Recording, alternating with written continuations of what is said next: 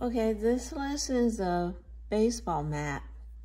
So when we do the first step, as always, the overall shape, right? The overall shape of the baseball mat, so kind of like that. If you draw this two, it's fine, right? That's the overall shape, the proportion. And then you go on. And this one is took me a long time to do it. So I think it would take you way more than one classes to do it. Probably take you 2 or 3 classes. One class is you can just draw on certain steps, but the thing is no hurry.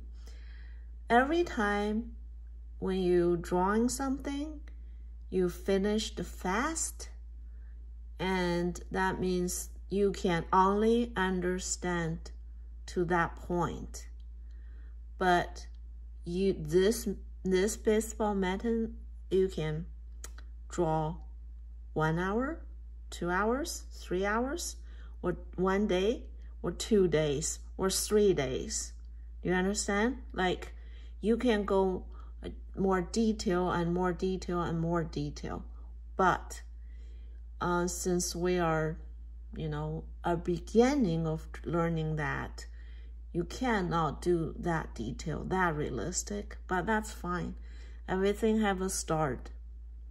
We just do what we can. Like, we just do what you understand. That's enough. And if you understand that much, that's fine. Okay?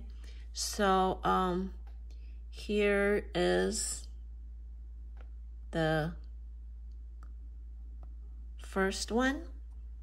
The first step. I told you guys about it. And I just draw on that method about it. Very quick sketch. Then second. See, I have everything, like, took a picture all the way. Then you go on more detailed. Then I was going to put a baseball there, and I decide not, because that'd be too much. And that's when I, sketched more detailing there. Then that's the first shading. See how I just find the darkest part here on the method to shade. That's very important where you start to shade, from the darkest to lightest. Now I'm shading darkest, but it's not dark enough, so I'm not shading any light parts, right? If you shade the light parts and dark parts at the same time, and the dark and light become the same. So the value it will be wrong, right? So after that, I start to, shade those, and it's very important. This is those, I left those white line here, right? The white here. That's how thicker that is. So those are very important. You want to left white, otherwise it would be like very flat thing. Okay, now I'm keep doing that, and I darkened this. See, I finished that. I start darken the darker part one more time. Then after that, I'm go on more the detail. I still darken it. I think upon this step, I started to darken this one more time, the whole thing. Then I darken this one more time. And see, it's like when you do it, it's kind of like layers. See, it's all get dark. It's all get darker all over again. And where you start where you start before, right? You start here, you start here, you start where you start before. Now, and upon this part, because I darkened everything, so now I have room. You can tell, right? For the lighter part, before this all white, I didn't shade anything. Since I darkened all the dark part dark enough, so I have room for that. So notice this and this are different value because those are darker than this. Those are in the shadow, right? Even the same thing. Some is dark, some is not. And all this you see is 3D because I left a highlight. I made a dark light, so it looks like round thing. Looks like you have a 3D there, right?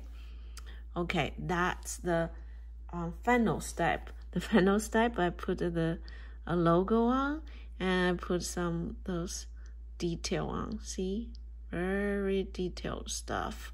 But it's very easy. So you do that. You just like, you don't do that like this, right? You more like try to make it some part dark, some part light, like, yeah, like that. Break up. It's more natural way to do it rather than this. See the difference, right? Okay. Hope you enjoy it. Going to take a long time. If you think, okay, that's too hard for me. Okay, let's see. You think, okay, my ability, I think, is here. That's fine. Okay, that's totally fine. I want you to learn what you can get. Okay, if it's too hard because you guys are very, very young to learn those 3-dimensional things, shading things. So if you get some, that's good. If you cannot get a lot, that's fine, because when you grow up, you're going to, learn those things in process of drawing more and more and more.